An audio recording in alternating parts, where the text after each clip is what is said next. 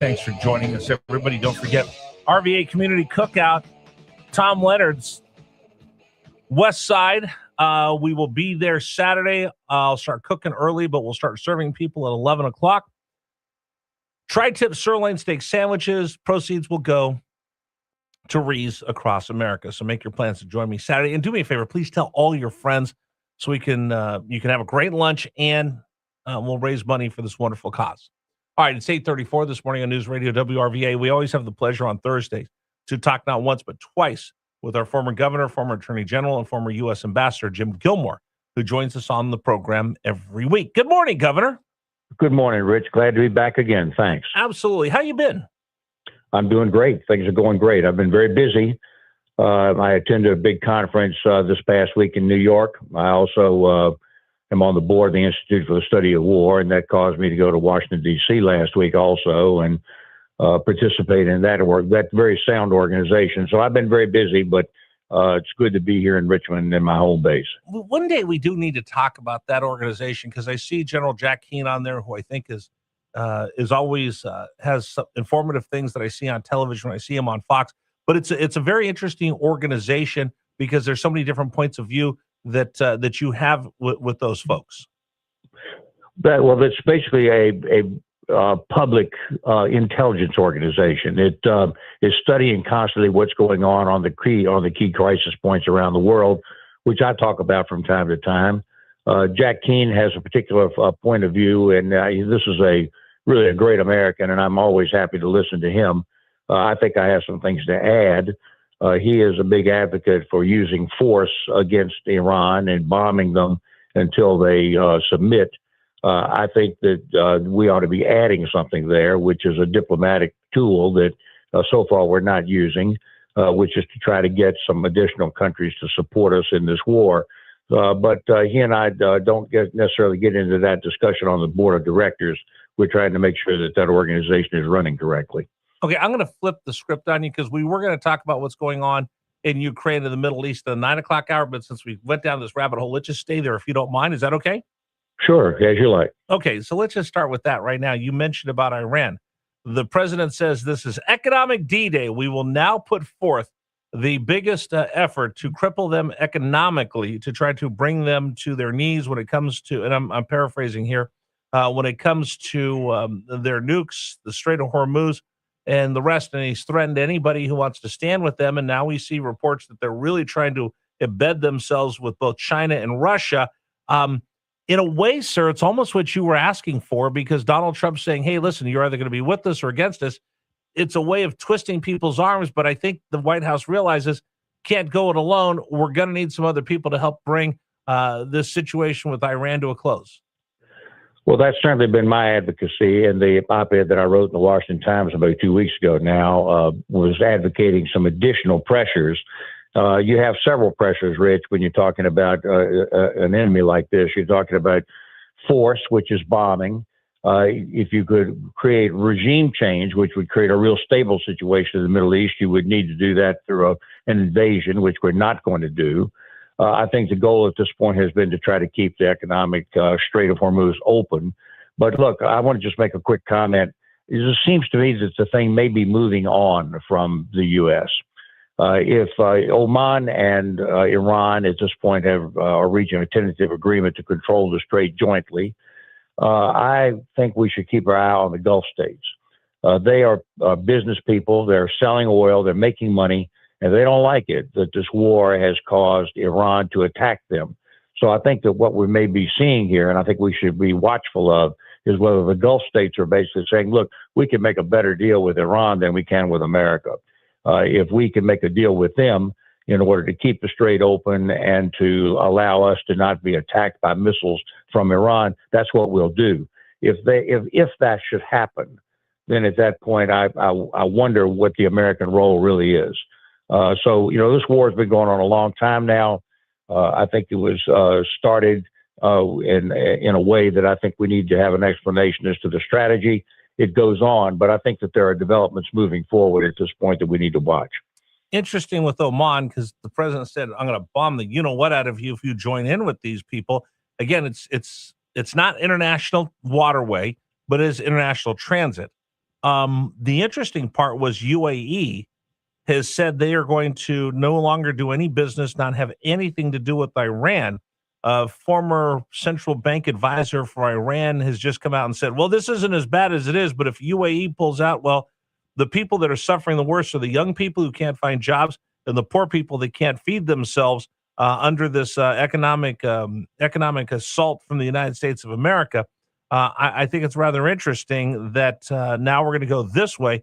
And you got somebody like Scott Besson who knows exactly which levers to push and which ones to pull to really affect some change.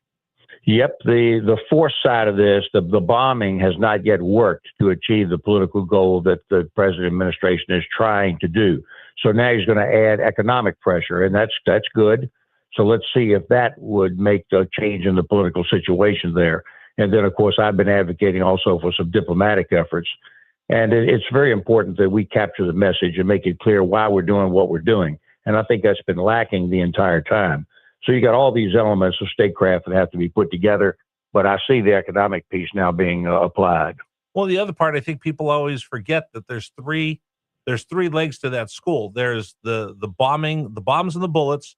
There's the economic pressure, and then there's the morale. And if you're going to have the people not being able to find jobs and economic woes, and you're going to be able to cripple them, you can have all the bombs in the world. But we saw if morale collapses, then the regime's in big trouble. That's right. I'm not sure that we've seen any evidence yet of Iranian population morale collapse. I don't think we've seen that yet. But look, this is the thing. We're trying to see if we can't bring Iran out of this conflict by making them surrender through all these different kinds of pressures. It's very similar to what's going on in Europe, what the Russians are trying to do to the Ukrainians. You know, again, life is long here. Iran will be around long after this war is over with, and they're going to make adjustments. Let's find out what those adjustments are going to be. Well, that's where I want to segue next is to something that you keep an eye on, and that's what's going on between Russia, Ukraine, and Western Europe. I know the Russian military doctrine is we will escalate to de-escalate, and if I have to escalate to de-escalate, that means my battle plans aren't going very well. That means I've got trouble at home, and right now we see Vladimir Putin escalating this thing bigger than he has in quite a while with some of these missiles that he's shooting towards Kyiv and Ukraine. What does that tell you that he's now going to, at this point in August, ramp up and try to escalate this thing even more than it's been over the last few weeks and months?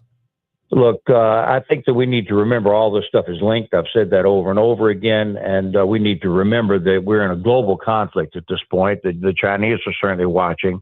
I wanted to say it once again that I believe that the Mideast war is a giant diversion away from what America is supposed to be doing. We just pulled an aircraft carrier, the only aircraft carrier that we had in the Pacific, out of the Pacific. Don't you think maybe the North Koreans and the Chinese are watching that? And meanwhile, the Middle East conflict is destroying all of our munitions. And it's creating serious political problems for us when we really need to be focusing on the critical points. And those 2 points really are the Western or the Pacific with Taiwan, and especially Ukraine, because that's the actual shooting war that is actually going on.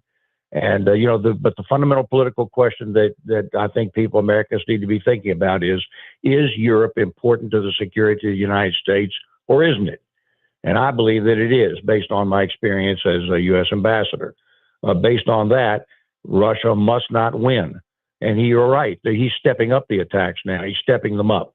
And with winter around the corner in Ukraine, it's extremely dangerous. Personally, I believe what we will probably end up seeing is more involvement in Ukraine from the Europeans who have a lot at stake. And frankly, in the end, probably more from the United States as well. I think it's interesting that you look. I think when you look at the positioning of the aircraft carriers, we have more than everybody else. We have 11.